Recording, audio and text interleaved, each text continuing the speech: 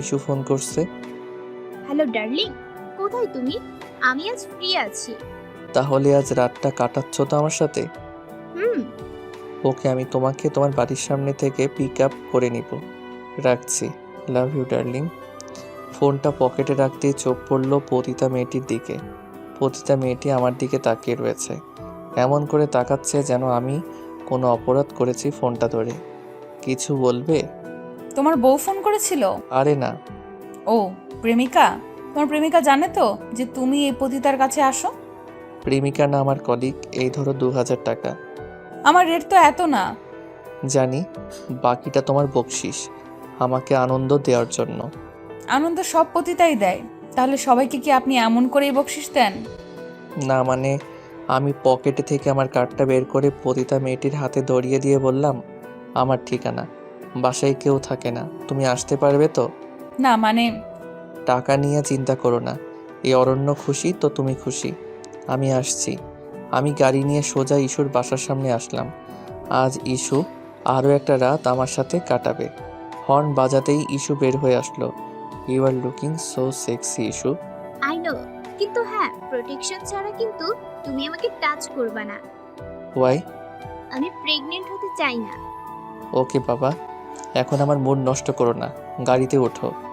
By the way, কোথা থেকে আসছো তুমি? এই কাছে একটু কাজ ছিল।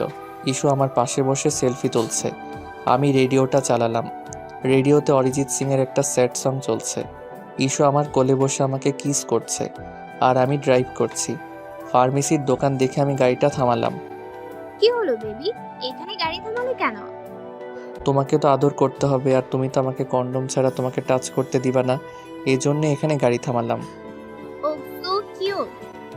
আচ্ছা তুমি বসো, আমি একটু আসছি। কি আনছো? হুম, কোন ফ্লেভার? তোমার পছন্দের চকলেট ফ্লেভার। আমি ইস্যুকে নিয়ে আমার ফ্ল্যাটে উঠলাম। আমি রুমে গিয়ে জোরে মিউজিক বাজাতে লাগলাম। কি হচ্ছে? এত জোরে মিউজিক কেন বাজাচ্ছ? একটু ওয়েট করো ডার্লিং, সব বুঝতে পারবে। আচ্ছা আমি ড্রিঙ্ক নিয়ে আসছি। ওকে। আমি ড্রিঙ্কের গ্লাস ইস্যুর দিকে বাড়িয়ে দিলাম। ও ড্রিঙ্ক করছে। আমি ইস্যুকে এক টানে আমার কাছে নিয়ে আসলাম। ইস্যু আমার টি শার্টটা এক টানে খুলে ফেললো। ইস্যু আমার ঠোঁটে চুম্বন করতে লাগলো। ক্রিং ক্রিং কলিং বেলটা বেজে উঠলো। বার্তা, এখন আবার কি আসলো? জানো, তুমি একটু বসো, আমি দেখছি। আমি মুচকি হেসে দরজাটা খুলে দিলাম, কারণ আমার প্ল্যান মাফিক সব হচ্ছে। এত দেরি করলি কেন? রাস্তায় জ্যাম ছিল গুরু। আয় ভিতরে আসো। গুরু, খেলা কি শুরু হয়ে গেছে? হা না, আজ আমি না, তোরা শুরু করবি আর আমি শেষ করব। ইস্যু ড্রিঙ্ক করছে, ওর কাঁধে হাত রাখলো। কি জান, এত দেরি করলে কেন? ইস্যু পিছন ঘুরে একটা দূরে সেরে গেল আর বলতে লাগলো, কে? কি? কারা তোমরা? দোষ, এটা তো খাসা মাল। What nonsense! অরণ্য, কারা ওরা? আর এখানেই বা কি করছে? আমি তখন ইস্যুর কাছে এসে বলতে লাগলাম, ডার্লিং, আজ ওরা তোমাকে মজা দিবে। হোয়াট? সরো, আমি চলে যাব। তুমি তো যেতে পারবে না ডার্লিং, দরজা নক করা। আমি কিন্তু চিৎকার করব। করো, চিৎকার করো, তোমার আওয়াজ কেউ শুনতে পারবে না। এই মিউজিক বাড়া, যা শালিকে নিয়ে এনজয় করো। না, ছাড়ো আমাকে। তুমি কাজটা ভালো করছো না অরণ্য। না, না, না। আমি মিউজিকের সাউন্ড আরো বাড়িয়ে দিলাম যেন ইস্যুর কান্নার আওয়াজ কেউ না শুনতে পারে। বেচারি ইস্যু, মাই ডার্লিং, হা হা হা। আজ ইস্যুকে ওরা ছিঁড়ে ছিঁড়ে খাবে। উফ, শালি এত চিৎকার করছে কেন? বলো দোস্ত। শালি এত চিৎকার করছে কেন? সোসাইটির লোকজন তো জেনে যাবে। যা ওর হাত বেঁধে মুখে কাপড় বেঁধে দে। ঠিক আছে দোস্ত। আর হ্যাঁ, দেখিস মারা যেন না যায়। ঠিক আছে, কিন্তু ও বেঁচে গেলে তো সবাইকে সব বলে দিবে, তখন আমাদের কি হবে? হা হা হা। ওই ভাবনা আমি আগেই ভেবে রেখেছি। যা তুই গিয়ে মজা নে। বেচারি Ishu, I really miss you Ishu. চারজন মিলে গ্যাং রেপ করছি ইস্যুকে, আর আমি তা ভিডিও করছি। ভিডিও করে রাখার মূল উদ্দেশ্য হলো যখন তখন ব্ল্যাকমেল করে ইস্যুর সাথে ফুর্তি করা। ইস্যু শুধু যন্ত্রণায় ছটফট করছে। এখন অনেকে ভাবছেন কখন আমি আমার বন্ধুদের ডাকলাম, কি তাই তো? তাহলে চলুন একটু ফ্ল্যাশব্যাকে চলে যাওয়া যাক। যখন আমি কন্ডম কিনতে গিয়েছিলাম তখন আমি গাড়ি থেকে নেমে আমার এক বন্ধুকে ফোন করলাম। হ্যালো নীল, আরে দোস্ত, তুই এতদিন পর, তো কোনো খবর আছে কি? তোদের জন্য একটা খাসা মাল আছে। কি বলছিস কি? আরে হ্যাঁ, শোন, মালটাকে নিয়ে আমি আমার ফ্ল্যাটে যাচ্ছি, তোরা চলে আয়। হ্যাঁ আসছি দোস্ত। বেচারি ইস্যু, এখন আমার পালা ইস্যুর সাথে ফুর্তি করার। আমি ইস্যুর উপর ঝাঁপিয়ে পড়লাম। আমার বন্ধুরা সারা রাত ইস্যুকে পালাক্রমে ধর্ষণ করলো। এখন অনেকেই হয়তো ভাবছেন ইস্যু তো আমার সাথে এর আগেও রাত কাটিয়েছে আর আজও রাত কাটানোর জন্য এসেছিল, তাহলে আমি কেন এরকম করলাম কি, তাই তো? তাহলে শুনুন, ইস্যুকে আমার এক বন্ধু প্রেমের প্রস্তাব দিয়েছিল, কিন্তু ও রাজি হয়নি। ইস্যুকে ও বিয়েও করতে চেয়েছিল, কিন্তু ইস্যু রাজি হয়নি, কারণ আমার বন্ধু ছিল গরিব, আর বন্ধু সে অপমান মেনে নিতে পারেনি। ও গলায় দড়ি দিয়ে মারা গিয়েছিল। এখন আপনারা বলবেন এতে আমার সমস্যা কি? বলছি, এতে আমার কোনো প্রবলেম নেই। যখন আমি ইস্যুকে আমার সাথে রাত কাটানোর কথা বলি, তখনও রাজি হয়ে যায়, কারণ আমি ধনী। যে ওকে ভালোবেসে বিয়ে করতে চাইলো, তাকে ও অপমান করে মৃত্যুর দিকে ঠেলে দিল। আর যে ওকে নিয়ে ফুর্তি করতে চাইলো, তার সাথে রাত কাটানোর জন্য তৈরি হয়ে গেল। শালি, এই শোন, ওকে ছেড়ে দে, আজ আর না মরে যাবে। ঠিক আছে। আমি ইস্যুর সামনে গেলাম। ইস্যুর নগ্ন দেহটা মেঝেতে পড়ে রয়েছে। আমি ইস্যুর হাতের বাঁধনটা খুলে দিলাম, মুখ থেকে কাপড়টা তুলে নিলাম। একটু পানি খাবো। দিচ্ছি। ইস্যু আর উঠতে পারছে না। ওর সারা শরীর ব্যথা। কত রাতের অত্যাচারের ফল। কেন আমার সাথে এমন করলে অরণ্য? প্রতিশোধ। প্রতিশোধ? কিসের প্রতিশোধ? আরে আমি তো নিজে এসেছিলাম তোমার সাথে রাত কাটানোর জন্য, তুমি কি করলে? তোর মতন মেয়ের সাথে এইরকমই করা উচিত। বলে আমি একটা সিগারেট জ্বালালো। আমি কি করেছি? মনে নেই তোর আমার বন্ধুর সাথে তুই কি করেছিলি? কোন বন্ধু? হাহা, যে তোর জন্য মরেছিল। সম্মু তোমার বন্ধু ছিল? হ্যাঁ। আমি পুলিশকে সব জানাবো, কাউকে ছাড়বো না, আমি কাউকে না। এ কাজ ভুলেও করছি না। অরণ্য একটা জ্বলন্ত সিগারেট ইস্যুর যৌন অঙ্গে চেপে ধরলো, আর ইস্যু জোরে জোরে কাঁদতে শুরু করলো। ও আরো একটা জ্বলন্ত সিগারেট ওর যৌন অঙ্গে চেপে ধরলো, আর বলতে লাগলো, শোন, ভুলেও পুলিশের কাছে গিয়ে মুখ খুলিস না। আমি তো যাবোই পুলিশের কাছে। Okay fine. অরণ্য আর একটা সিগারেট জ্বালালো। ওর সিগারেট জ্বালানো দেখে ইস্যু বলতে লাগলো, না আর না, আমি আর সহ্য করতে পারছি না। সারা রাত ধরে তুমি আর তোমার 5 বন্ধু মিলে আমাকে ধর্ষণ করলে, আর এখন দুইটা জ্বলন্ত সিগারেট আমার যৌনাঙ্গে চেপে ধরলে। আমি আর নিতে পারছি না। ঠিক আছে, আমি আর এই সিগারেট তোর যৌন অঙ্গে দিব না, কিন্তু আমার এই সিগারেটের যে ক্ষতি হলো তার কি হবে? হ্যাঁ, পেয়েছি নীল। হ্যাঁ দোস্ত বল। আমার ইস্যু বেবির সাথে আর একটু খেল তুই যা। আর হ্যাঁ, আমার ইস্যু বেবিকে কিন্তু মজা দিতে হবে। ও নিয়ে তুই চিন্তা করিস না। ও কামান বেবি, তোমার তো সেক্স একটু বেশি, তাই না? দোস্ত, বালটা সেন্সলেস হয়ে গেছে। তুই যা, ডাক্তারের কাছ থেকে কিছু মেডিসিন নিয়ে আয়। আর হ্যাঁ, আসার সময় কিছু উস্কি নিয়ে আসিস। প্লিজ আমাকে ছেড়ে দাও। ছাড়বো জান, কিন্তু এখন একটা কল করো। তোমার বাড়িতে আর যা বলতে বলছি তাই বলো, আর তা না করলে তুমি শেষ বেবি। যাও, এখন শাওয়ার নিয়ে আসো। আমি উঠতে পারছি না। তোমাকে তো যেতেই হবে। ইস্যু ভয়ে বসে বসে ওয়াশরুমে ঢুকলো। ইস্যু সারা শরীর গন্ধে ভরে গেছে। কিছুক্ষণ পর সাগর ওষুধ নিয়ে আসলো। ইস্যু শাওয়ার নেওয়ার পর ওকে মেডিসিনগুলো দিল। ইস্যু ক্লান্ত, বিছানায় মাথা রাখতে ঘুমিয়ে পড়ল। দোস্ত, মালটা যদি সব বলে দেয়, বলবে না? ওকে মেরে ফেলাটাই ভালো হবে। না, ওকে মারবো না। ওকে নিয়ে আমার অন্য ভাবনা আছে। যা, এখন তোরা সবাই বাড়ি যা, আর রাতে চলে আসিস। ঠিক আছে দোস্ত। ওরা সবাই চলে গেল, আর ইস্যু ঘুমোচ্ছে। ক্রিং ক্রিং করে ফোনটা বেজে উঠল। Unknown number. হ্যালো, জি, আমি। নাম কি? হোটেলের সেই পতিতা। ও আচ্ছা, তোমার তো একটা নাম আছে তাই না? সব সময় পতিতা পতিতা ভালো লাগে না। আচ্ছা শোনো, চলো না আজ একটু পার্কে যাই, তোমার টাকা দিয়ে দিব। ওকে, কোথায় দাঁড়াবো? হোটেলের সামনে দাঁড়াও, আমি গাড়ি নিয়ে আসছি 1 ঘন্টার মধ্যে। অরণ্য ওয়াশরুমে গিয়ে 20 মিনিট শাওয়ার নিল। কালো একটা টি শার্ট পরলো আর বডি পারফিউম লাগালো। ঘর থেকে বের হবে তখন ইস্যুর কথা মাথায় আসলো। আমি চলে গেলে যদি ও ওর বাসায় ফোন করে। হ্যাঁ, বুদ্ধি পেয়ে গেছি। অরণ্য ঘর বন্ধ করে বের হয়ে পড়লো। সবাই ভাবছেন কি করলো ইস্যুর, কি তাই তো? ঘর থেকে বের হওয়ার সময় ওর হাত পা বেঁধে মুখে কাপড় গুজে এসেছে, আর ওর ফোনটা সাথে করে নিয়ে এসেছে। অরণ্য একটা ফুলের দোকানে গাড়ি থামালো, একটা ফুলের বুকি নিল পতিতা মেয়েটার জন্য। ফুলের বুকিটাকে নিজের মতো করে সাজালো। এই প্রথম কোনো মেয়ের জন্য ফুল কিনলো, আর তা না হলে তো চকলেট কিংবা প্রোটেকশন কিনতো। পতিতা মেয়েটি আসবে তো? হ্যাঁ আসবে, কেন আসবে না? যদি না আসে, ধ্যাত, আমি ওই পতিতাটার জন্য এত ভাবছি কেন? ক্রিং ক্রিং ফোনটা বেজে উঠলো। তুমি কি আসছো? কোথায় আসবো দোস্ত? তুই তো বললি রাতে আসতে। ও শিট, এটা তো নীল না, কিছু না। ও শোনো, আসার সময় কিছু ভালো চকলেট, ফুল আর ব্র্যান্ডের প্রোটেকশন আনবে। ওকে, আমি রাখছি। ওয়াও, পতিতা মেয়েটির কি ফিগার, আগে তো খেয়াল করিনি। আজ পতিতা মেয়েটিকে অনেক সেক্সি লাগছে। ঠোঁট গোলাপি, লিপস্টিক, খোপাই গোলাপ, পরনে রেশমি লাল শাড়ি। কে দেখলে বুঝবে যে ও একটা পতিতা? অরণ্য গাড়ি নিয়ে পতিতা মেয়েটার কাছে গেল। গাড়ি থামিয়ে লুকিং গ্লাসটা খুলে বলল, হেই সেক্সি, কি বলছেন কি এইসব? গাড়িতে উঠো। পতিতা মেয়েটা আশেপাশে তাকিয়ে গাড়িতে উঠলো। অরণ্য ফুলের তোড়াটা পতিতা মেয়েটার হাতে দিয়ে বলল, এই নগণ্য ফুলগুলো তোমার জন্য। মন গণ্য কেন? ও আমি পতিতা বলে? না, আমি সেটা বলি নাই। আমি বলতে চেয়েছি তোমার রূপের সামনে এই ফুলগুলো অতি নগণ্য। পতিতার আবার রূপ? Trust me, you are so hot and sexy. ফুলগুলো সত্যি অনেক সুন্দর। পছন্দ হয়েছে তোমার? হ্যাঁ, কেন হবে না? অরণ্য পতিতা মেয়েটাকে কাছে এসে বসতে বলল। ও একটু সংকোচ বোধ করছে, কিন্তু ওর সাথে কিন্তু রুমডেট অলরেডি হয়ে গেছে। পতিতা মেয়েরাও লাজুক হয়, তা ওকে না দেখলে বিশ্বাস হতো না। পতিতা মেয়েটা অরণ্যের কাছে এসে বসলো। অরণ্য ওকে তার বুকে নিয়ে আসলো, ওর মাথায় একটা চুম্বন এঁকে দিল। পতিতা মেয়েটা চুপ করে ওর বুকে মাথা রেখে বসে আছে। কি হলো, কিছু বলছো না যে?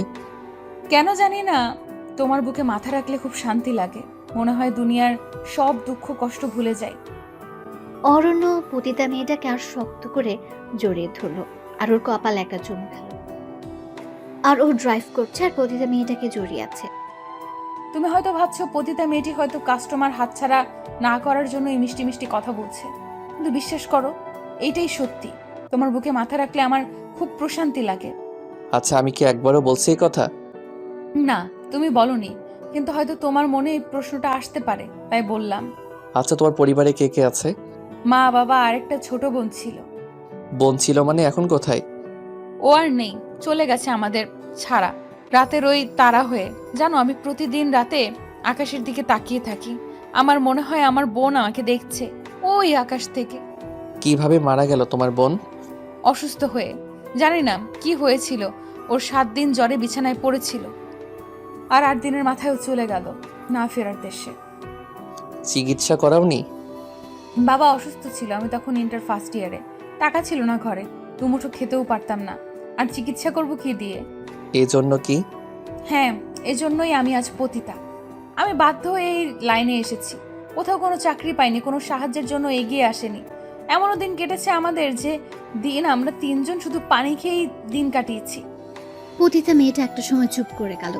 পতিতা মেয়েটার কথাগুলো শুনে অরণ্যের চোখের এক কোণে হয়তো একটু জল এসেছে, না হয়তো ধুলো গেছে। অরণ্য মনে মনে বলল, শুধু পতিতার শরীর চাই, আর কিছু না। ক্রিং ক্রিং পতিতা মেয়েটার ফোন বেজে উঠল। পতিতা মেয়েটা ওর ব্যাগ থেকে ফোনটা বের করে বলতে লাগলো, জি আম্মু, ঠিক আছে, আসার সময় আমি বাবার জন্য ওষুধ নিয়ে আসবো, তুমি চিন্তা করো না। আচ্ছা, তোমার বাড়িতে জানে যে তুমি এইসব কাজ করো? না, আমার মনে হয় কোনো পতিতা বাড়ির লোক কেউ জানে না যে সে একজন পতিতা। আমার বাড়ির লোকও জানে না। যদি জানতে পারে তাহলে আমার অসুস্থ বাবা আর বাঁচবে না, আর আমার এই পাপের টাকা কেউ ছুঁয়েও দেখবে না। জানো, আমারও স্বপ্ন ছিল আমি কারোর বাড়ির বউ হব, সুন্দর করে সংসার করব, কিন্তু আল্লাহ হয়তো তা চাননি। জানো, আমার স্বপ্ন ছিল রোজ সকালে আমি নামাজ পড়ে আমি আমার হাজবেন্ডকে অফিসে যাওয়ার জন্য তৈরি করে দিব, কিন্তু তা মনে হয় আর কোনোদিনও সম্ভব না। কেন সম্ভব না? কে বিয়ে করবে একজন পতিতাকে? আমাদের নিয়ে ফুর্তি করা যায়, যৌন চাহিদা মেটানো যায়, কিন্তু বিয়ে করা যায় না। আর কোনো কথা না প্লিজ। অরণ্য পতিতা মেয়েটার ঠোঁটে চকলেট লাগিয়ে চুম্বন করতে লাগলো। পতিতা মেয়েটা নিঃশব্দে অত্যাচারগুলো মেনে নিচ্ছে। এক পর্যায়ে অরণ্য নিজেকে সামলাতে না পেরে মেতে উঠলো এক চূর্ণ খেলায়। হোয়াটস রং উইথ ইউ? না, আমার মুড নেই। পতিতাদের আবার মোট? হ্যাঁ, ঠিকই বলছো, পতিতাদের আবার মুড। যখন চাইবে তখন পতিতাদের শরীর তোমরা ভোগ করতে পারবে। কারণ আমার পতিতালয়ে পতিতাদের কোনো পছন্দ অপছন্দ থাকতে নাই। কাস্টমার যা চাইবে সেই সেবাই পতিতাদের দিতে হবে। হোক না পতিতাদের শরীর খারাপ, তাতে কি হয়েছে? শরীর খারাপ নিয়ে পতিতাকে শুতে হবে তার কাস্টমারের সাথে। জানো, যেদিন প্রথম আমি এই লাইনে আসি সেদিন আমার প্রচন্ড শরীর খারাপ, কিন্তু কি করব, ঘরে চাল নেই। অসুস্থ বাবাকে নিয়ে ডাক্তারের কাছে গেলাম, তখন ডাক্তার বাবাকে দেখে আমার কাছে আসলো। আমার বাবা কি বাঁচবে না? কেন বাঁচবে না? তবে হ্যাঁ, আমি কিছু মেডিসিন লিখে দিচ্ছি, তা খাওয়ালে ভালো হয়ে যাবে। কিন্তু আমার কাছে তো টাকা নাই। তখন ডাক্তার আশেপাশে তাকিয়ে আমার হাত চেপে ধরে বলল, টাকা নেই তো কি হয়েছে মামুনি, আমি তো আছি। আমাকে একটু আদর করে দাও, তোমার বাবার ওষুধ আমি ফ্রিতে দিব। কি বলছেন কি? ছাড়ুন আমার হাত। যা, সম্মান নিয়ে বাড়ি যা। 2 দিন পর তোর বাবা যখন মারা যাবে, ওষুধ না পেয়ে, তখন সম্মান ধুয়ে পানি খাস। না, এমনটা বলবেন না। তাহলে রাজি আমার সাথে রাত কাটানোর জন্য? হ্যাঁ, আমি রাজি। সেদিন প্রথম হোটেল যাই, আমি বোরকা পরে গিয়েছিলাম যেন কেউ আমাকে না চিনতে পারে। আমি খুব ভয়ে ভয়ে যাই। হোটেল আমার কাছে আগে হোটেল মানে ছিল যেখানে সবাই নাস্তা খেতে আসে, কিন্তু সেদিন বুঝেছিলাম হোটেলে শুধু নাস্তা না, কিছু জানোয়ার মেয়েদের শরীর খাওয়ার জন্যও আসে। ডাক্তার সেদিন রাতে আমাকে ছিঁড়ে ছিঁড়ে খেয়েছিল। আমি আমার জীবনের কালো অধ্যায় শুরু করি সেদিন থেকে। আমি যন্ত্রণায় কুঁকড়ে গিয়েছিলাম, কিন্তু ডাক্তার আমাকে ছাড়েনি। সারা রাত অত্যাচার করার পর সকালবেলায় আমার হাতে 2000 টাকা ধরিয়ে দেয়। হোটেলের ম্যানেজার আমাকে প্রস্তাব দেয় কালো জীবন শুরু করতে, আর আমিও উপায় না পেয়ে না দেখে রাজি হয়ে যাই। আর এর পরের দিন আসো তুমি। আমার সেদিন শরীর খুব খারাপ ছিল, গত রাতে ডাক্তার আমাকে ভোগ করেছিল। আর এর পরের দিন আসো তুমি। সেদিন তোমার সব রাগের ঝাল মিটিয়েছিলে তুমি আমার উপর। সেদিন তোমার শরীর খারাপ ছিল? হ্যাঁ, এখন হয়তো তুমি বলবে পতিতাদের আবার শরীর খারাপ। সরি পতিতাদের এত কষ্ট, আর আমরা ওদের মন না বুঝে আগে ওদের কাপড় খুলি। সত্যি খুব খারাপ লাগছে। অরণ্য আর পতিতা মেয়েরা পার্কে ঢুকলো। চারপাশে তেমন লোকজন নেই, নিরিবিলি চারপাশটা। তোমার ভালো লাগছে? হ্যাঁ, চারপাশটা বেশ নিরিবিলি। পাখি কুকু করে ডাকছে।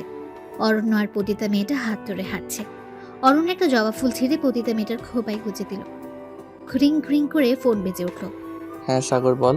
তোকে বললাম না কিছু প্রোটেকশন আর দামি চকলেট নিয়ে আসি, টাকা আমি দিয়ে দিব। যত সব। পতিতা মেয়েটা অরণ্যের দিকে তাকিয়ে রইল। প্রোটেকশনের মানে? পতিতা মেয়েটা আজ বেশ ভালো করে জানে, হয়তো এই জন্যই। কিছু বলবে? তুমি কি বিবাহিত? না। আর কয়বার বলবো? হ্যাঁ, তুমি হয়তো প্রোটেকশন আনার কথা শুনে ভাবছো আমি বিবাহিত। আর ওটা আমার বন্ধুর জন্য আনতে বলছি। আমি এত এক্সপ্লেন কেন করছি এই পতিতাটাকে? ও শুনলে কষ্ট পাবে এই ভেবে কি না আমি ওর কাস্টমার, আর কিছু না। আমার ওকে দরকার, আর ওর দরকার আমার টাকার। আমাদের সম্পর্কটা এই অবধি। কি ভাবছি কি এসব আমি? ভালোবাসার পতিতাকে ধ্যাত, ওর সাথে ফুর্তি করা যায়, কিন্তু ভালোবাসা না। ওকে নিয়ে ফুর্তি করার জন্য আমার টাকাই যথেষ্ট, এতে ভালোবাসা নেই। কিন্তু এসব প্রশ্ন আসছে কোথা থেকে? এত ভাবছি কেন আমি এই পতিতাটাকে নিয়ে? এই তো প্রথম পতিতা নয় আমার জীবনে। এর আগে আরও অনেক পতিতার সাথে রাত কাটিয়েছি আমি, কিন্তু তাদের নিয়ে তো আমি এত ভাবিনি। তাদের কারোর সাথে তো আমি ঘুরতে যাইনি। ও বুঝেছি, ওর পতিতা হওয়ার গল্পটা আমাকে ইমোশনাল করে দিয়েছে। দ্যাটস ইট, আর কিছু না। ও আর 5টা পতিতার মতনই যে ওকে টাকা বেশি দিবে ও তার সাথেই রাত কাটাবে। না, এটাই শেষ দেখা হবে আমার পতিতা অবন্তীর সাথে। এরপর আর কোনো দিনও ওর সাথে দেখা করব না। হ্যাঁ, এটাই ফাইনাল। তুমি কি কিছু ভাবছো? কই না তো, চলো আইসক্রিম খাই। অরণ্য আর পতিতা মেয়েটা আইসক্রিম খাচ্ছে। পতিতা মেয়েটার হাত থেকে ওর আইসক্রিমটা পড়ে গেল। অরণ্যর মুখের আইসক্রিম ঠকে দিল। ও এক কামড় মুখে নিয়ে আবার অরণ্যকে দিচ্ছে। পুরাই হিন্দি ফিল্মের মতো রোমান্টিক। কেন জানি মানা করতে পারলো না ওকে অরণ্য। ওরা দুজনেই হিন্দি ফিল্মের নায়ক নায়িকার মতো হাঁটলো, গান করলো। চলুক না ফিল্মটা কিছুক্ষণ ধরে, কারণ এটাই শেষ সময় কাটানো ওর সাথে। অরণ্য পতিতা মেয়েটার স্তন চেপে ধরল। পতিতা মেয়েটা গোলাপি ঠোঁট লিপকিস করতে লাগলো। এক পর্যায়ে পতিতা মেয়েটি বাধা দিয়ে বলল, কি করছেন কি? কেউ দেখে নিবে তো।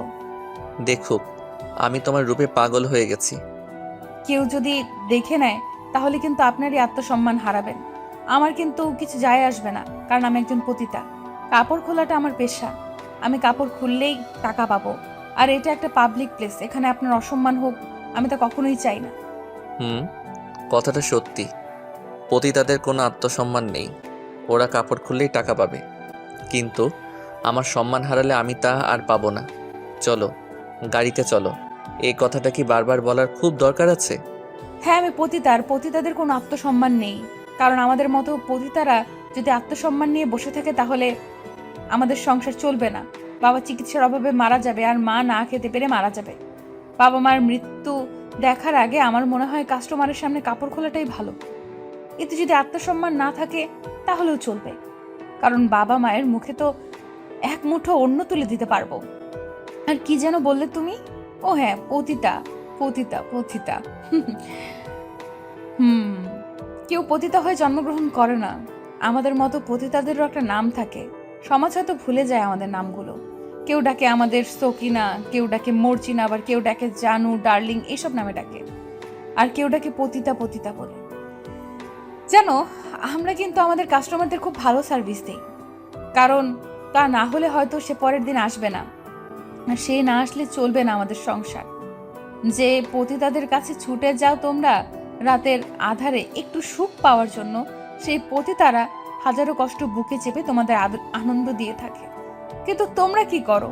দিনের বেলা আমাদের মতো পতিতাদের দেখলে নাক সিটকাও, ঘৃণা করো আমাদের, কিন্তু রাতে আমাদের শরীরটাকে ছিঁড়ে ছিঁড়ে খাও তোমরা। প্লিজ, এসব কথা বাদ দাও এখন। আমি এখন হট হয়ে পড়েছি। চলো, গাড়িতে চলো। কেন গাড়িতে কেন? ও বুঝেছি, গাড়িতে বোধহয় আমার শরীরটাকে ভোগ করবে তুমি। কি তাই তো? হ্যাঁ চলো, আমি আর পারছি না। অনন্য পতিতা মেয়েটিকে গাড়িতে নিয়ে গেল। গাড়িটা কালো হওয়ায় তার সুবিধা হয়েছে। অরণ্য গাড়ির সব কাজ লাগিয়ে দিল। পতিতা মেয়েটি পাশে বসে রয়েছে। অরণ্য পতিতা মেয়েটির উপর ঝাঁপিয়ে পড়ল। পতিতা মেয়েটি ঠোঁট চুম্বন করতে করতে টি শার্টটা খুলে ফেলল। আর পতিতা মেয়েটি অরণ্যের ডাকে সাড়া দিয়ে তার ঠোঁট চুম্বন করতে লাগলো। ক্রিং ক্রিং করে তার ফোনটা বেজে উঠল। ও শিট, এই সময় কে ফোন করলো? ফোনটা ধরো, জরুরি কলও তো হতে পারে। অরণ্য মোবাইল হাতে নিল। মা ফোন করেছে। অরণ্য ফোনটা কেটে দিয়ে আবারও পতিতা মেয়েটার উপর ঝাঁপিয়ে পড়ল। পতিতা মেয়েটি ওর ঘাড়ে একটা চুমু কাটলো। আবারও ফোনটা বেজে উঠল। ও শিট, আবারও ফোন। ফোনটা ধরো না প্লিজ। হ্যালো মা, এত কল দিচ্ছ কেন? ফোন কেটে দিচ্ছি, বুঝছো না যে আমি ব্যস্ত? কি বললে, বাবা অসুস্থ? আমি এখনই আসছি। হ্যাঁ, আমাকে এখন যেতে হবে। আজ আর তোমাকে আদর করা হলো না, অন্য কোনো দিন। অরণ্য তাড়াতাড়ি শার্টটা পরে নিল। গাড়ি ড্রাইভ করতে লাগলো। এই শেষ দেখা তোমার সাথে। শেষবারের মতন তোমাকে নিজের করে পেলাম না। তোমার সাথে দেখা না হলে হয়তো বুঝতে পারতাম না পতিতালয়ের পতিতাদেরও এত কষ্ট। সত্যি তোমাকে খুব মিস করবো অবন্তী। অবন্তী পাশে বসে বাইরের দিকে তাকিয়ে রয়েছে। অরণ্য হোটেলের সামনে এসে গাড়ি থামালো। পতিতা মেয়েটি গাড়ি থেকে নামলো। অরণ্য পতিতা মেয়েটির হাতে 2000 টাকা ধরিয়ে দিয়ে বলল, এই নাও তোমার টাকা। মাফ করুন, আমি এই টাকা নিতে পারবো না, কারণ আমি কাপড় না খুললে টাকা নেই না, আর আমি অন্যের দয়া গ্রহণ করি না। আমি হয়তো পতিতা হতে পারি, কিন্তু আত্মসম্মান বোধটা আমার আছে। চলে আসবেন হোটেলে, আপনার শরীরের খিদা মেটাবেন, তারপর টাকা দিবেন, আমি অবশ্যই নিব, কিন্তু ফ্রিতে আমি টাকা নিতে পারবো না। ওকে, আমি আসছি। কে এই মেয়ে? অন্য কেউ হলে টাকাটা নিত, আর ও টাকাটা নিল না। অরণ্য তাড়াতাড়ি ড্রাইভ করে বাড়িতে গেল। অনেকদিন পর নিজেদের বাড়িতে আসলো। মা বাবার কি হয়েছে? কিছু হয়নি। তাহলে আমাকে কেন ডেকে আনলি মিথ্যা বলে? কেন? তুই কি এই বাড়ির সন্তান না? আমাদের কি মন চায় না তোকে দেখতে? আর তুই কখনো আসিস না আমাদের বাড়িতে, নিজের মতন থাকিস। আর তোর ছোট ভাইকে দেখ, আমাদের কত যত্ন করে, ব্যবসায় দেখাশোনা করে। আর তুই বড় হয়ে... হ্যাঁ, আমি তো খারাপ। তোমরা থাকো তোমাদের ছোট ছেলেকে নিয়ে, কেন আমাকে ফোন দাও? আমি তো চাই না এখানে আসতে। তোমার ছোট ছেলে এই করেছে ওই করেছে, বিশ্বাস করো আমি চাই না এখানে আসতে। অরণ্য বাড়ি থেকে বের হয়ে আসলো। তার ভালো লাগে না এই সংসার। বেশ তো আছি নিজের মতন। পতিতা, মদ, বন্ধু বান্ধব, পার্টি, এসব নিয়ে তো বেশ আছি। কেন মা, কেন আমাকে ডাকো ওই বাড়িতে? না, আর না, আমি আর ওই বাড়িতে যাব না। সব শেষ করে দিব। এই মিথ্যা সম্পর্কগুলো অনেক হয়েছে। আর না, আর না। ভালো থেকো মা।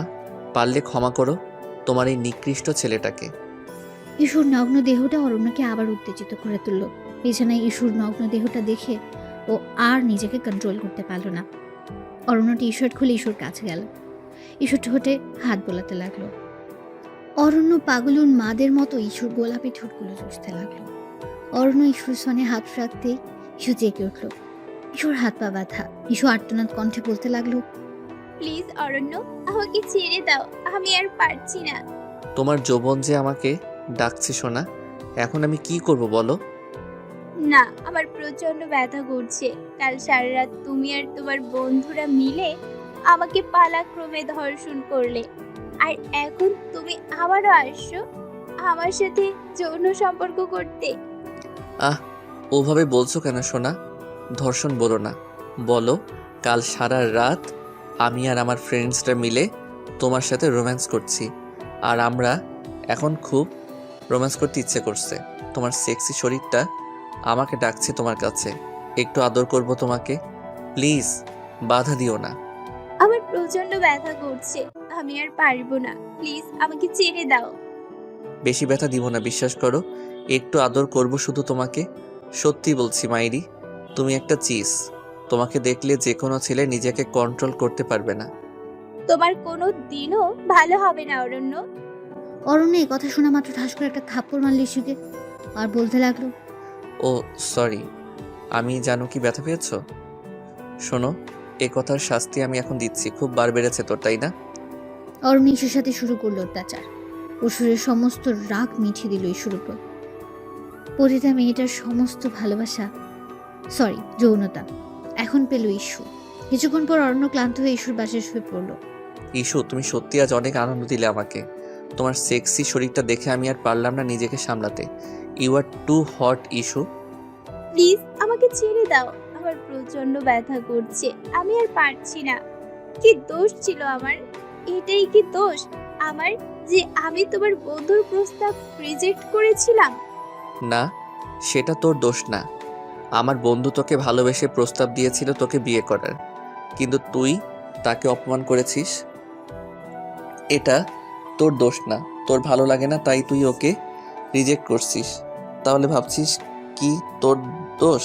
শোন তাহলে, আমি যখন তোকে প্রস্তাব দিলাম আমার সাথে সেক্স করার জন্য বিয়ে ছাড়া, তখন তুই রাজি হয়ে গেলি।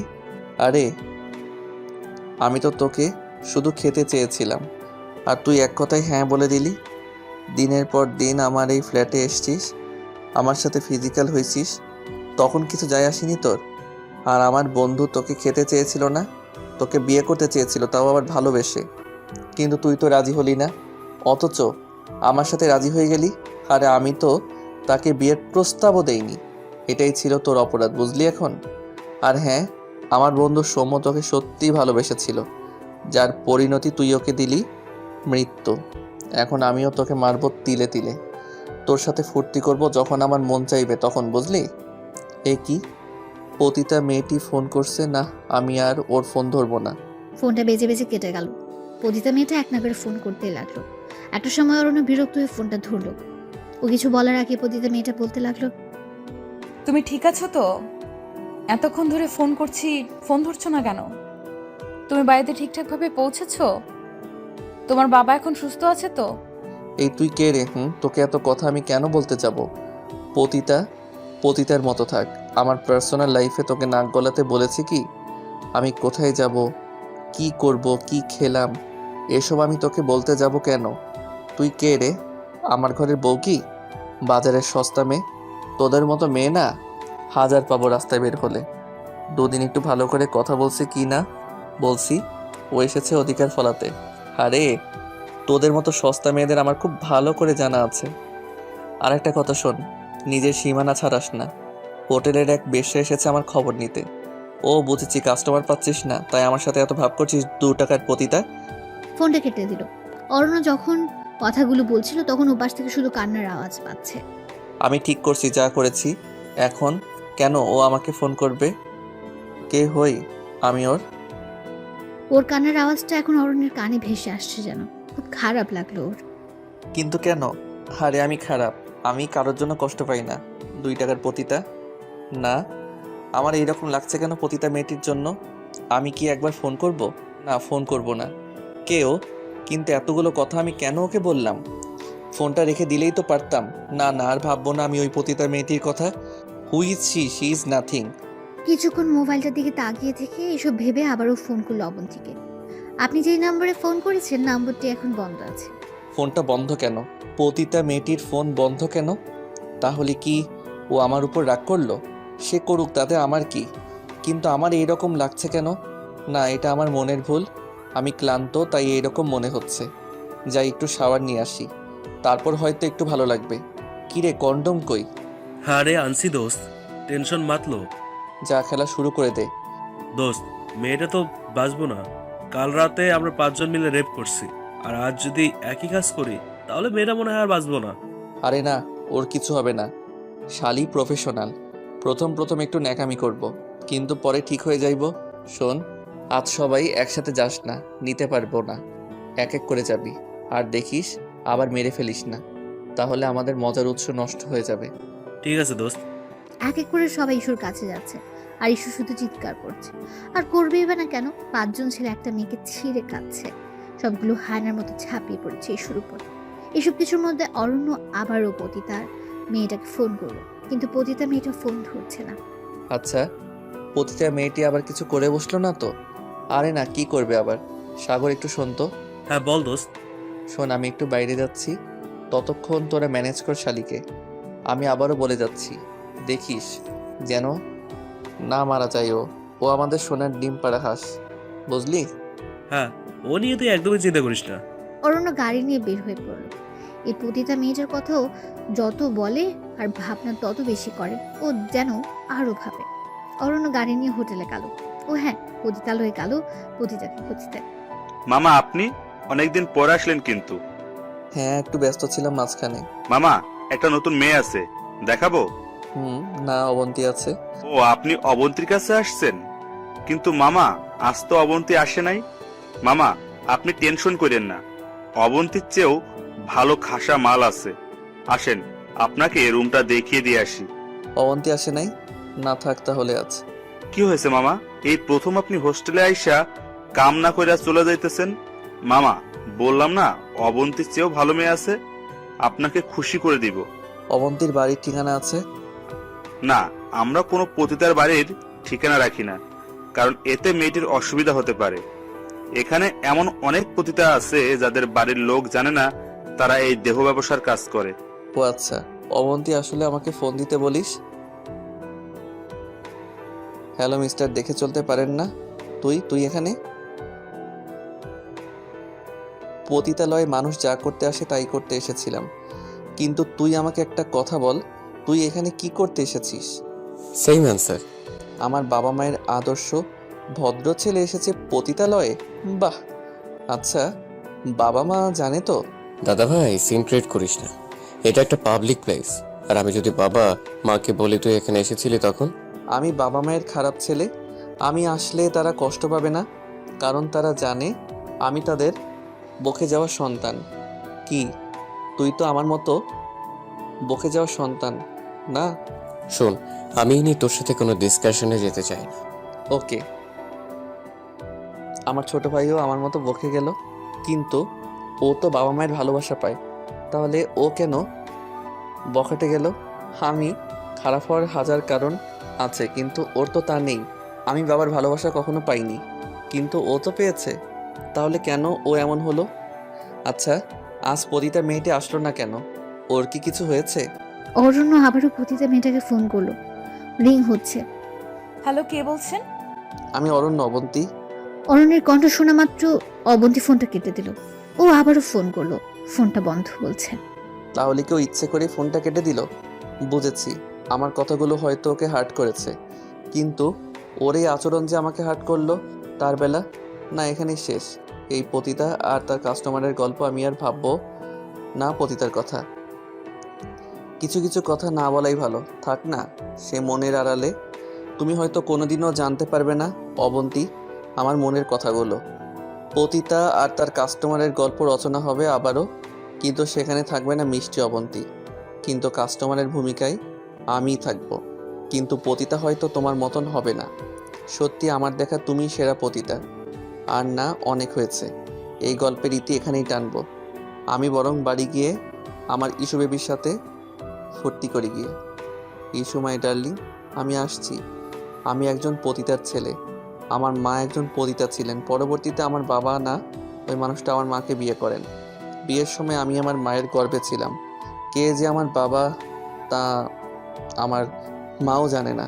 এজন্য আমার মায়ের স্বামী আমাকে দেখতে পারে না, বারবার শুধু আমার জন্ম পরিচয় নিয়ে প্রশ্ন তোলে। আমাকে শুধু বলে আমি একজন পতিতার সন্তান। আমার বাবার টাকা, আমার বাবার ঠিক নেই। আচ্ছা, আমার জন্মের তো আমার কোনো হাত ছিল না, তাহলে কেন সবাই আমাকে জারজ বলে? আমার মায়ের সামনে আমাকে এগুলো বলতো। আমার মায়ের স্বামী, মা অনেক কষ্ট পেত, লুকিয়ে লুকিয়ে কাঁদতো। আমি কোনো দিন মায়ের কাছে জানতে চাইনি আমার জন্ম পরিচয়, কি আমার বাবা। হয়তো আমার মতনই কোনো নরপিশাচ হবে। আমি যখন ক্লাস 10-এ পড়ি তখন স্কুলে একটা মেয়েকে আমার ভালো লাগতো, যা হয় আর কি। আমি মেয়েটাকে প্রস্তাব দিয়েছিলাম, কিন্তু মেয়েটি রাজি না হয়ে আমার বাবার কাছে, মানে আমার মায়ের স্বামীর কাছে নালিশ দেয়। সেদিন ওই লোকটি আমাকে বলেছিল রক্ত যাবে কোথায়। কথা কাটাকাটি হওয়ার পর তিনি আমাকে বলে দেন আমার জন্ম পরিচয় নিয়ে, এই যে আমি এক পতিতার ছেলে। সেদিন আমার মাথার উপর আকাশ ভেঙে পড়েছিল। সেদিন রাতে ছাদে গিয়ে আমি প্রচণ্ড কেঁদেছিলাম। কেন আমার মা পতিতা ছিল, কেন সারা রাত কান্না করেছিলাম। আমি 1 মাসে দুঃখে মায়ের সামনে যাইনি, মাও লজ্জায় আমার সামনে আসতো না। ধীরে ধীরে এই কথাটা ছড়িয়ে গেল যে আমি এক পতিতার সন্তান। আমার কোনো পিতৃ পরিচয় নেই। ক্লাসের সবাই আমাকে জারজ জারজ বলতো, মাকে নিয়ে অনেক উল্টাপাল্টা কথা বলতো। আমার জীবনটা যেন এক নিমিষেই ভেঙে চুরমার হয়ে গেল। একদিন আমি মায়ের কাছে গিয়ে প্রশ্ন করেছিলাম, মা কেন তুমি পতিতা হয়েছিলে? মায়ের চোখ দিয়ে শুধু কান্নার জলে পড়েছিল সেদিন।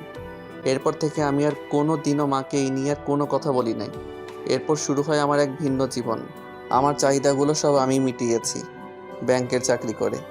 আলাদা একটা ছোট ফ্ল্যাট কিনে নিজের জীবন শুরু করি। মদ, নেশা, মেয়ে এগুলো হয়ে পড়ে আমার নিত্যদিনের সাথী। আমি পার্ট করতে শুরু করি, মেয়েদের নিয়ে ফুর্তি করতে শুরু করি। জানি আমি খারাপ, কিন্তু আমি তো এমন হতে চাইনি। আমিও আর 10টা ছেলেদের মতো স্বপ্ন দেখতাম। ক্লাসে ফার্স্ট থেকে কখনো সেকেন্ড হতাম না। আমিও চেয়েছিলাম আমি বড় হয়ে ডাক্তার হব, কিন্তু আমি হতে পারিনি। যখন আমি মেডিকেল পরীক্ষা দেই আমি চান্স পেয়েছিলাম, কিন্তু ভর্তির ফ্রি আমি দিতে পারিনি। আমার মায়ের স্বামীর কাছে চেয়েছিলাম, উনি দেননি, কারণ ওনার নিজের ছেলে মেডিকেলে চান্স পেয়েছিল না। মূলত হিংসা থেকে উনি আমাকে টাকা দিয়েছিল না। আমি ওনার পা ধরে কেঁদে বলেছিলাম আমাকে টাকা দেওয়ার জন্য আমি সব টাকা শোধ করে দিব, কিন্তু ওনার একটাই কথা ছিল, আবার নিজের ছেলে চান্স পাইনি, তাহলে আমি কেন একটা পতিতার ছেলের জন্য টাকা দিব। তখন থেকে শুরু হয় আমার এক ভিন্ন ধরনের লাইফস্টাইল। আজ আমার এই অধপতনের জন্য দায়ী কে? আমার দোষ একটাই, আমি একজন পতিতার ছেলে। আমার কোনো জন্ম পরিচয় নেই। আমার মা পতিতা তো কি হয়েছে, এজন্য আমাকে কি কম ভালোবাসে? না, বরং আর 10টা মায়ের মতনই আমাকে ভালোবাসে। সমাজ আমাকে বারবার বলেছে আমি একজন পতিতার ছেলে। আমি জারজ, জারজ, জারজ, জারজ, এই একটা শব্দ আমার জীবনটাকে শেষ করে দিল। সেদিন আমি ঠিক করেছিলাম আমি বিয়ে করব একজন পতিতাকে, আর কখনো তাকে বলবো না তুই পতিতা ছিলি। আমার মনে হয় আমি তাকে পেয়ে গেছি। হ্যাঁ, আমি বিয়ে করব, আর 10টা মানুষের মতো আমিও সংসার করব। আমি সব বলে দিব অবন্তীকে। আমি আমার এই জীবনটা ছেড়ে দিব। আমি ভালো হয়ে যাব। আমি আমার সব ভুল স্বীকার করব অবন্তীর কাছে। আমি বিয়ে করব পতিতা অবন্তীকে। আমি একটা ছোট সংসার বাঁধব অবন্তীকে নিয়ে। আমি ভালোবেসে ফেলেছি পতিতা অবন্তীকে। না, আর পতিতা না, ও আমার অবন্তী, শুধু আমার অবন্তী। এসব ভাবতে ভাবতে বাড়িতে চলে আসলো। ওর বন্ধুগুলো সব ক্লান্ত হয়ে বসে রয়েছে। সাগর বলতে লাগলো, দোস্ত, ভালোই আরাম পেলাম। শালির ফিগার কি! ও এখন কি করছে? ঘুমাচ্ছে। দোস্ত যা, এবার তোর পালা। আর হ্যাঁ, দেখবি টেবিলের পাশে প্যাকেট রাখা আছে। অর্ণ ইস্যুর কাছে গেল। ইস্যুর শরীরে বীর্যের গন্ধ। ক্লান্ত হয়ে ঘুমাচ্ছে ইস্যু। অর্ণ ইস্যুর কাছে যেতে ইস্যু জেগে উঠল। কি এবার তোমার পালা, তাই না? আমার আর ব্যথা করছে না, শুরু করো তোমার খেলা। আমি আর বলবো না আমাকে ছেড়ে দাও। আমি আর বলবো না আমার ব্যথা করছে। সত্যি বলতে কি অরণ্য, আমি তোমাকে ভালোবেসেছিলাম না তোমার টাকা দেখে না, আমি মন থেকে তোমাকে ভালোবেসেছিলাম। এই জন্যই তো আমি তোমার সাথে রাত কাটাতাম। কিন্তু তুমি কি করলে? তোমার বন্ধুদের দিয়ে আমাকে রেপ করালে। আমি এখনো তোমাকে ভালোবাসি না তোমার জন্য, টাকার জন্য না।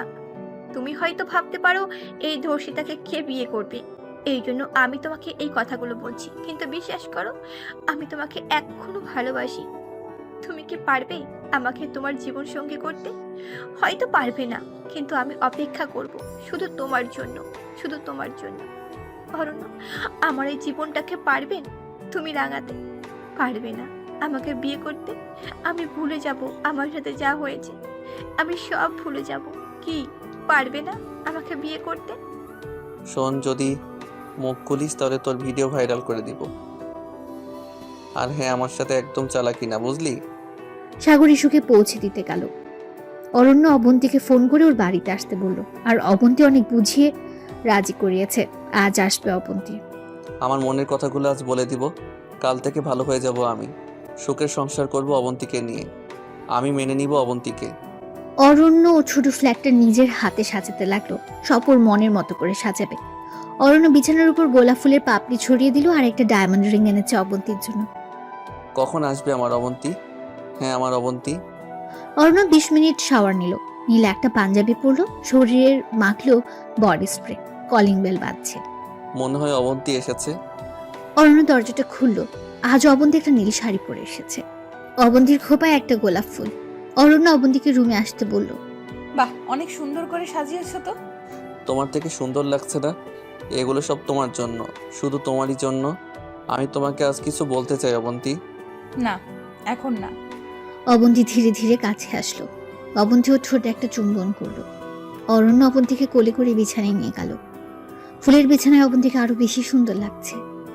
অরণ্য অবন্তীকে শক্ত করে জড়িয়ে ধরল। অরণ্য আর অবন্তী মেতে পড়ল এক অনন্তকালের মিলন খেলায়। কিছুক্ষণ পর ওদের ক্লান্ত দেহ দুটো বিছানায় লুটিয়ে পড়েছে। অরণ্য অবন্তীর হাতে একটা চুমু খেল। অরণ্য টেবিলের কোণ থেকে চশমাটা নিল। ওদের উষ্ণ নিঃশ্বাস প্রশ্বাসে চশমাটা খোলা হয়ে গেছে। অবন্তী চশমাটা পরিষ্কার করে দিল। অরণ্য ওর আর অবন্তীর জন্য ড্রিঙ্ক পানি আনলো। অবন্তীর গ্লাসে ডায়মন্ড রিংটা দিল। আজ সে তার মনের কথা বলবে। অরণ্য ওয়াশরুম থেকে আসলো। আমি তোমাকে কিছু বলতে চাই অবন্তী। হ্যাঁ শুনবো, কিন্তু আগে ড্রিঙ্কসটা শেষ করো তারপর। ঠিক আছে। অরণ্য ড্রিঙ্ক করতে লাগলো। কি হলো? মাথা ঘুরছে কেন? অরণ্য বিছানায় লুটিয়ে পড়ল। অবন্তী তার ব্যাগ থেকে চাকুটা বের করে বিধিয়ে দিল অরণ্যের বুকে। রক্তাক্ত হয়ে গেল চারপাশটা। অবন্তী শুধু হাসছে। কি আপনারা ভাবছেন কেন মারলাম অরণ্যকে? তাহলে শুনুন, এই অরণ্যের সাথে প্রেম করতো আমার বোন মিষ্টি। ওর দুর্বলতার সুযোগ নিয়ে ওকেও রেপ করে, কিন্তু আমার বোন বিয়ের কথা বললেই ওকে ব্ল্যাকমেইল করতো। এ কথাটা বলিয়ে অবন্তী আবারও ছুরি বিধিয়ে দিল অরণ্যের বুকে। যদি আমার বোন সব বলতো তাহলে নাকি আমার বোনের ভিডিও ভাইরাল করবে। লজ্জা ঘৃণায় আমার বোন আত্মহত্যাও করে। ও প্রেগনেন্ট ছিল। সেদিন আমি ঠিকই ছাড়বো না এই পিশাচটাকে, এই জন্যই ওকে ফলো করি। কি করে, কোথায় যায় সব পরে জানতে পারি। ও হোটেলে যায়, তখন আমি হয়ে গেলাম পতিতা। হ্যাঁ, আমি পতিতা। আমি আমার বোনের মৃত্যুর জন্য পতিতা হয়েছি। আজ আমার বোনের আত্মা শান্তি পেল। বোন, আমি পেরেছি। অবন্তী পুলিশকে ফোন করলো। অবন্তীর হাতে হাত করা। প্রতিটা টিভি চ্যানেল একটা নিউজ, পতিতার হাতে তার কাস্টমার খুন। আদালতে দাঁড়িয়ে আছে অবন্তী। উকিল প্রশ্ন করছে, কেন খুন করলেন আপনার কাস্টমারকে? কাস্টমার? হ্যাঁ, কাস্টমার। ওকে খুন করেছি, বেশ করেছি। ও তো ধর্ষক। আমার বোনকে রেপ করেছিল, এই জন্যই ওকে খুন করেছি। আপনি আইনের আশ্রয় নিতে পারতেন। আইন? হ্যাঁ, যে আইন কিনা বলে মেয়েদের রেপ হওয়ার পর 24 ঘন্টা গোসল করতে পারবে না, কারণ এতে নাকি রেপের চিহ্ন মুছে যায়। রেপ হলে বসে থাকতে হবে, কখন পুলিশ আসবে, কখন মেডিকেল হবে। আমি বেশ করেছি, ওকে খুন করেছি।